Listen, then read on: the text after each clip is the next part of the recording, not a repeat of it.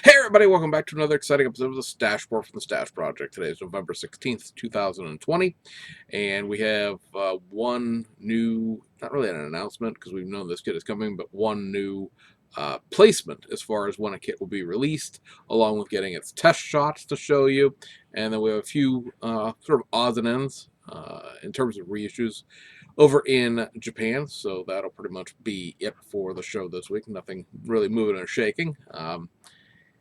Expect probably a little bit more to come in this week, being that it's the third week of the month. Third week of the month, last week of the month always usually tend to be the busiest on kit releases. First week of the month, is kit announcements. So we will forge with what we have here. So the new kit, if you will, that's being announced, placed, if you will, is from Nunu, and it is going to be the 1984 Porsche 911 SCRS Group B rally car, and it's going to be done for the 1984 Rally of Oman, which of course is a Middle East rally.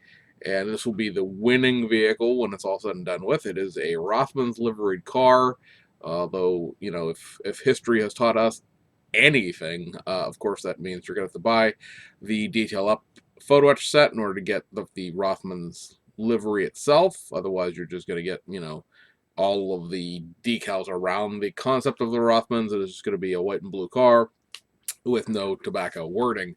And Rally Oman in 1984 most certainly did, in fact, use the tobacco livery. So either through the PE set or you're going to have to source other decals when those should come available at whatever point in the future. Now, there's only a couple of those 911 SCRSs that ever ran in Group B.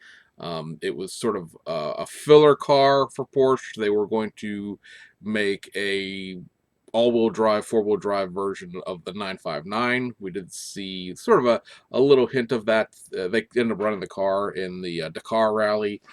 Somebody made a kit of that at some point in the past, but this is sort of a missing link Porsche in terms of rallying. And of course, it fits into that Group B slot of Group B all the things. So, taking a look at what we have here, we have obviously this is a brand new from the ground up kit. It doesn't share any parts with any other kit from any other manufacturer. So, there is that, and therefore we get a whole new body with this.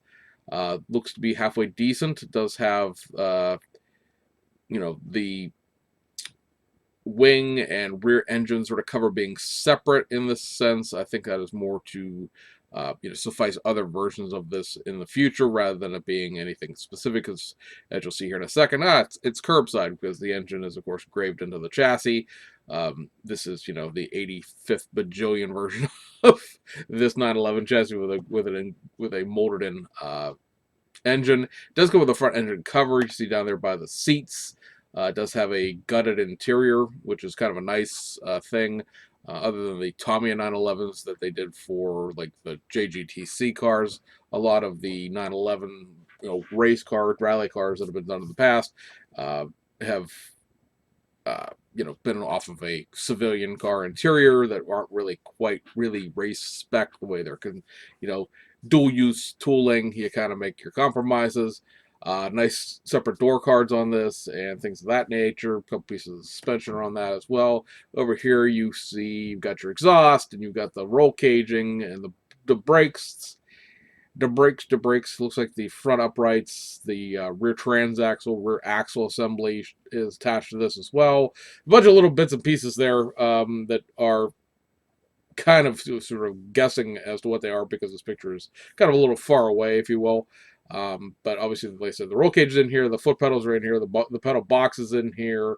Looks like the steering column and other things like that are in here. Looks like there's actually more than one steering column, so let's figure out all that. Actually, I saw a steering column. That top one is the gear shift. But at any rate, that's that run here. This would be the sort of the rest of your body parts. Has your door handles, your antenna. If you don't buy the PE set, you'll get that antenna. Those are the sort of the trim rings for the headlights, the mirrors, the wipers, and then of course your rear engine cover and the rear spoiler. This right here has the front and rear bumpers, and then actually we tell this one's quite far along because it actually has the glass as well. So you're seeing sort of the general gist of what your glass is going to look like here.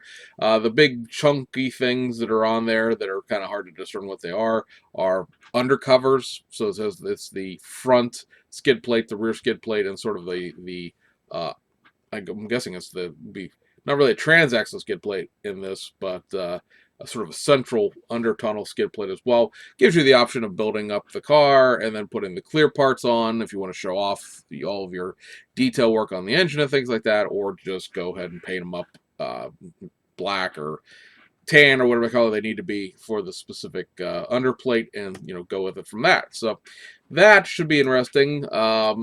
I think it has like a January release in uh, Japan, which is nonsense. It is officially, though, on a Hong Kong distribution list for the middle of February, so that's at least a good idea of where to start expecting it. Those lists slide around as if you watch this show for any period of time, you know how much these new dates slip and slide all over the place before they actually come out. So, yeah, anybody's guess of how good February is on that, but don't expect it until 2021. I guess would be the base level information on that, and then we'll go over here and we'll look at these Japanese reissues. Right quick. So from Hasegawa, you get a reissue of this, the BMW 2002 Ti from the 1969 Monte Carlo Rally. This is the first of the 3 rally versions of the 2002 that they did when they decided to do a race version of it, so that is coming back out.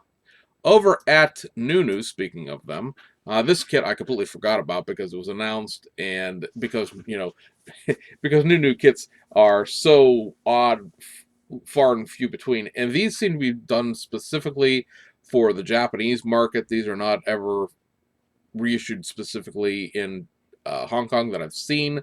Is this 935K3 with window masks. That's what that little blurb of print there below the POR and Porsche is telling you. So this has a set of basically Deco window masks, so you can paint the window trim rather than using the window decals that they give you. Otherwise, the kit itself is the same Porsche 935K3 that it has been the entire time this kit has existed. So that is back out there if you're looking for that, buying a kit that has masks included rather than going out and buying masks separately. And then over at Aoshima, we got several reissues. First up, you have this, the Honda Life Step Van. It's a 1/20th scale kit. But in this reboxing they did for the model car line, it does have all of its sort of associate parts like the raft and the kayak and all of the off-road parts and things like that. So it's an interesting kit. It's not, again, 1/20th scale, so it's kind of wrong scale, but yeah, it is what it is in that.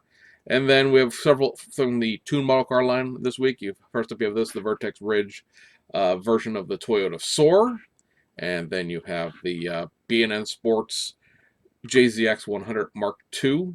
So that is back out as well.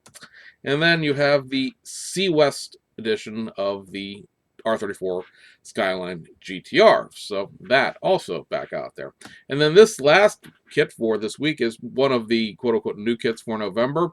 It is the Subaru Sambar high roof Japanese Post vehicle. Now, the Subaru Sambar high roof is an older Sambar. It's a motorized kit and all of that goes with it. Basically, the new things in here, obviously, the Japanese Post decals and then that mailbox. You do get that mailbox as a piece of resin. It looks to be pre-painted from the looks of it. It also has a very, what to me is overscaled cast iron pattern to it. Like it's cast with a sort of a crinkly texture to it that's supposed to represent, I guess, cast iron or some form of pot metal that this would have been cast from the 70s, 80s. Maybe the post office mailbox may actually be older than that in general, but obviously the vehicle itself is from 1982, so it's that era that they're trying to represent. But it's got a very, it almost looks like when you well, not you, because you guys are savvy modelers if you're watching this channel, but when someone in a Facebook group or whatnot has befallen themselves by using Krylon 2-in-1 Max and then painting it with like Rust-Oleum paint, and the paint crinkles all up because those two paints don't work well together and they have a chemical reaction that peels them off the surface. That's basically what this looks like as far as the casting of it goes. I don't know, like I said, it's very prominent. It seems to me it's like a little overscale or over emphasize a little kabuki theater, if you will, maybe to give it that texture. But otherwise, I mean, it is what it is. Um, the little post thing on the mailbox is a decal, so you don't have to try to paint anything white. Obviously, on the decal sheet with the Japanese post things on the car.